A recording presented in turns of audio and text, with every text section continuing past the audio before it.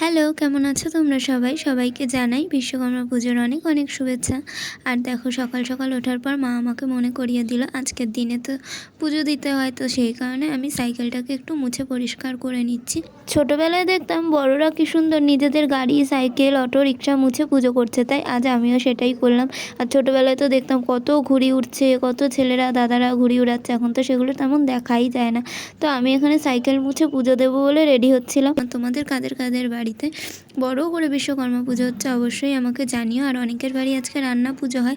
আর আমাদের বাড়িতে কি হয়েছে জানো তো, আমরা তো ঘটি নই, কিন্তু তারপরেও আমার দিদির শ্বশুরবাড়ির লোকেরা যেহেতু ঘটি, তো দিদিভাইয়ের কাছ দিয়ে আমরা শুনে নিয়েছিলাম কী কী রান্না হয়, কীরকম কী হয়। এই অনুযায়ী কালকে বিকাল থেকেই রান্না করে রেখে দিয়েছিল যে ওরা যেভাবে নিয়ম করে আমরা করব, পুজোটা দেবো না, খাওয়াটা খাবো। তো সেই কারণেই দেখা যাক কীরকম লাগে ওই রান্না বান্নাগুলো খেতে। তো এখানে আমার সাইকেল মোছা প্রায় কমপ্লিট, এবার আমাকে যেতে হবে স্নান করে, তারপর পুজোটা দিতে হবে। এই 2-3 দিন আমার পেজ, প্রোফাইল, ইউটিউব কোথাও ভিডিও না আসার কারণ আমার ফোনটা ভেঙে গেছে। পুরনো ফোনটাতে সিম লাগিয়ে কোনো রকম চালাচ্ছি।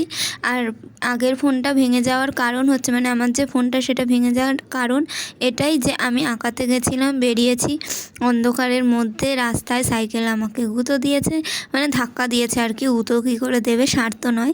তো ধাক্কা দিয়েছে, আমার হাত দিয়ে ফোনটা নিচে পড়েছে, পুরো ডিসপ্লে ভেঙে গেছে, চলছেই না, টাচও নিচ্ছে না। সেই কারণেই আর কি ভিডিও দিতে পারিনি। আর আমার হাতেও এত জোর গুঁতো দিয়েছে, হাতের অবস্থাও খারাপ, ভাগ্যিস আমার হাতটা ভাঙেনি। তো যাই হোক, এখানে দেখো আমি সাইকেলের পুজোটা দিয়ে নিচ্ছি, স্নান করে চলে এসেছি। আর তারপরে মা বললো এইভাবে করবি, সেইভাবেই আমি করলাম, কারণ আগে তো আমি কখনো এরমভাবে পুজো দেইনি। তো এখানে আমার সাইকেলের পুজো দেওয়া কমপ্লিট। এবার গিয়ে দেখলাম যে মাও পুজো দিচ্ছে ঠাকুরকে ওখানে। আর মা আজকে আমাকে বিপত্তারিণীর তাগাও বেঁধে দিচ্ছে। তার কারণ কি বলো তো, আগে যেটা বেঁধেছিলাম বিপত্তারিণী পুজোর সময়, সেটা তো আমার দাদুর ঘাট কাজের সময় ফেলে দিতে হয়েছিল গঙ্গায়। তো মা বললো এরকম একটা বিপদ ঘটিয়ে এসেছিস, আজকে মঙ্গলবার আছে, নিয়ে বিপত্তারিণীর তাগাবাদ ঘরেই আছে। তো তাই বেঁধে দিল। আর এখানেও মলম লাগিয়ে দিচ্ছে, আর হাতের মানে পাতার ওখানে একটু ছুলে গেছিলো, আর এই জায়গাটা আরও লাল ছিল যেদিন আর কি ঘটনাটা ঘটেছে। এখন তাও মলম আর বরফ ঘষতে ঘষতে অনেকটাই কমে গেছে। চলো এবার দেখা যাক আমরা রান্না পুজো উপলক্ষে কী রান্না করলাম। আমরা কিন্তু ঘটি নই, আমাদের কোনো রান্না পুজোও নেই, কিন্তু তাও আমাদের ইচ্ছা হলো, তাই আমরা ভাবলাম আমরাও একটু ওদের মতো রান্নাবান্না করে খাই।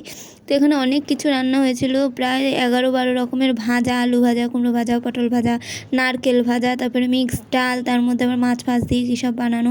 মানে আমি এরকম একবারই খেয়েছিলাম দিদিভাইয়ের শ্বশুরবাড়িতে, কিন্তু সেখানে নর্মাল ডালই হয়েছিল।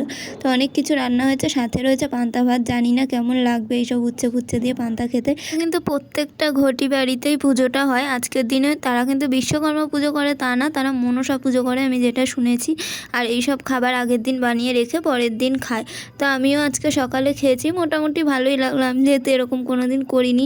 আর এরকমভাবে মাছ ফাছ খাওয়া আমার পক্ষে কষ্টকর, কাটা পেয়েছে, তো আমার সেই কারণে বিরক্ত লাগছিল। নাহলে আর সব ভালোই ছিল, খাবার দাবার সব কিছু বেশ ভালোই লাগছিলো। মনে হচ্ছিলো যেন একদিনের জন্য ঘটি হয়ে গেছি।